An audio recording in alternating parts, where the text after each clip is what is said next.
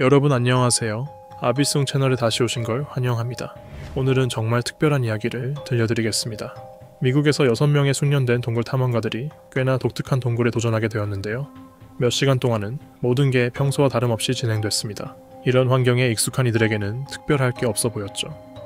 하지만 그들 중 한 명은 예상치 못한 작은 실수 하나로 이 탐험이 끔찍한 악몽으로 변하게 될 줄은 전혀 몰랐습니다.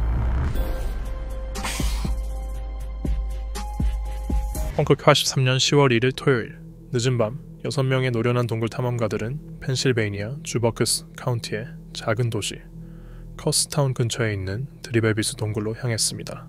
이들은 아마추어가 아니었습니다.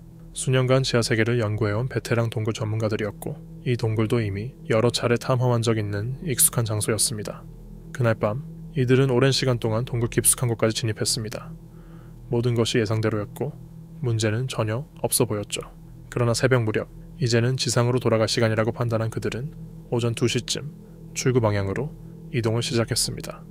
그중 마지막으로 이동하던 사람은 36세의 로버트 스콧이었습니다. 그는 입구에서 약 23m 떨어진 지점에 위치한 수직 균열을 지나고 있었고 앞서 2명의 동료가 무사히 통과한 그 좁은 통로를 세 번째로 지나고 있었습니다.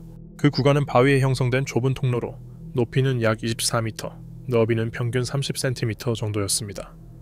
하지만 지하동굴의 지형이 늘 그렇듯 이곳엔 눈에 보이지 않는 위험이 숨어 있었습니다. 바로 통로 중간이 갑자기 좁아지는 구간이 있었고 17에서 20cm 정도밖에 되지 않았습니다. 스콧이 이 좁아진 부분을 지나던 중 갑작스러운 사고가 발생했습니다. 그의 손이 미끄러졌던 것이죠.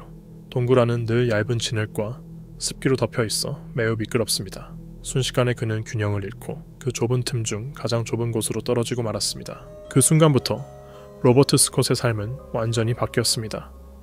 그는 몸이 완전히 끼어 옆으로 눕힌 채 바위에 눌려 있었고 주변에 몸을 지탱할 곳도 빠져나올 방법도 전혀 없었습니다. 수천 년 동안 자연적으로 형성된 이 동굴의 구조는 그에게 완벽한 함정이 되어버린 것입니다. 스콧의 동료들은 곧 상황이 심상치 않다는 것을 깨달았습니다. 경험 많은 이들이었지만 이번 상황은 차원이 달랐습니다. 어떤 시도도 통하지 않았고 시간이 지날수록 이 문제는 그들만으로는 해결할 수 없다는 사실이 분명해졌습니다. 동원 가능한 모든 장비를 활용했지만 동굴은 마치 스콧을 절대 놓아주지 않겠다는 듯한 느낌을 주었습니다. 일요일 오전 9시쯤, 즉 8시간 넘는 구조 시도 끝에 이들은 어쩔 수 없이 그를 동굴에 남겨두고 구조 요청을 위해 지상으로 올라가야 했습니다. 스콧 위에 있었던 팀원들은 다른 출구로 빠져나와 먼저 떠났던 2명의 동료와 재합류했습니다. 그리고 곧 지역 응급구조대에 소식이 전해졌습니다.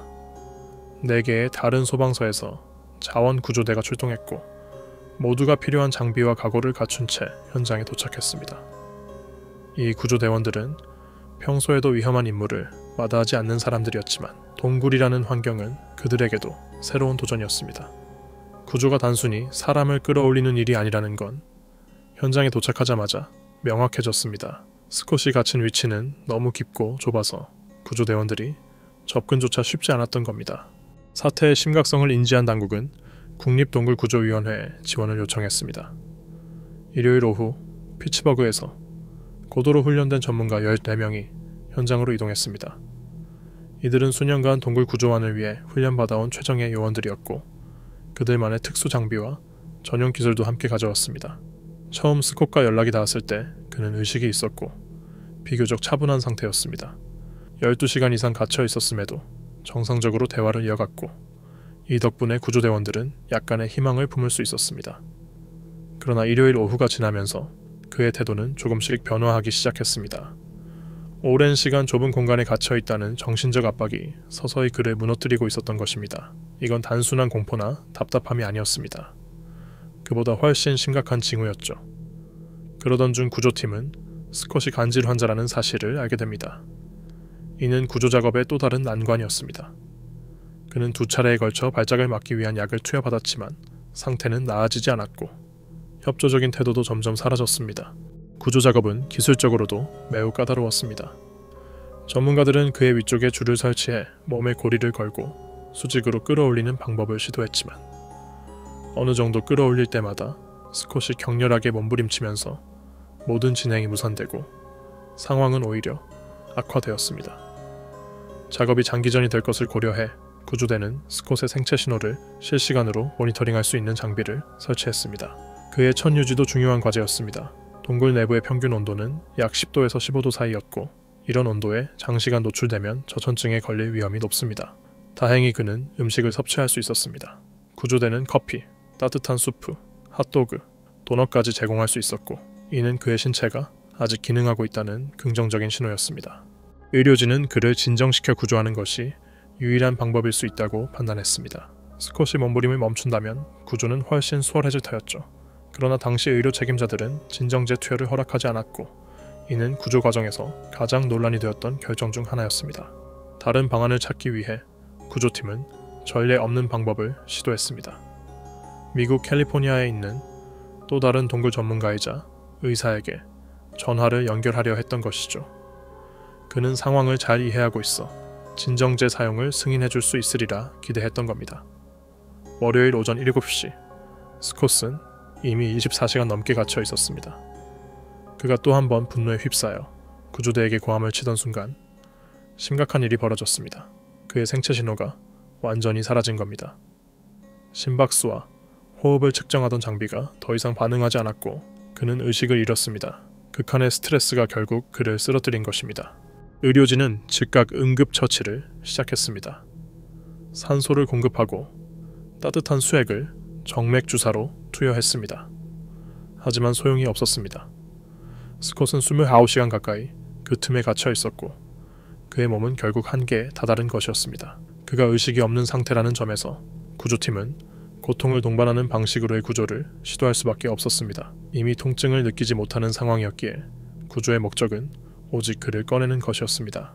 줄과 고리를 활용해 좁은 틈 사이로 그를 끌어올리는 작업은 말 그대로 처참한 과정이었습니다. 의식이 있었다면 견디기 어려웠을 고통이 따랐겠지만 당시 상황에선 이것이 유일한 선택이었습니다. 월요일 오후 12시 25분 로버트 스콧은 마침내 30시간 넘게 그를 붙잡고 있던 틈에서 꺼내졌습니다. 구조팀은 혹시나 극심한 저천 상태에서 되살릴 수 있을지 모른다는 희망을 갖고 최선을 다했습니다. 하지만 그 희망은 끝내 이루어지지 않았습니다. 얼마 지나지 않아 로버트 스콧은 사망 선고를 받았습니다. 단지 또 한 번의 평범한 동굴 탐험을 떠났던 그 36세의 남성은 결국 펜실베이니아 동굴 탐험 역사상 가장 비극적인 구조 사건의 주인공이 되어버렸습니다. 부검 결과 그의 사망 원인은 회복 불가능한 쇼크로 인한 우려혈성 심부전이었습니다. 즉, 지속적인 흉부 압박과 극심한 스트레스로 인해 심장이 멈춘 것이죠. 낮은 온도, 극도의 공포, 그리고 물리적인 압박이 그의 몸을 완전히 무너뜨린 것입니다. 다행히 간질이 직접적인 사망 원인은 아니라는 점도 확인되었습니다. 이 이야기가 흥미로우셨다면 지금 화면에 나오는 또 다른 이야기 역시 절대 놓치지 마세요. 처음엔 단순한 모험처럼 보였지만 훨씬 더 끔찍한 결말로 이어졌거든요.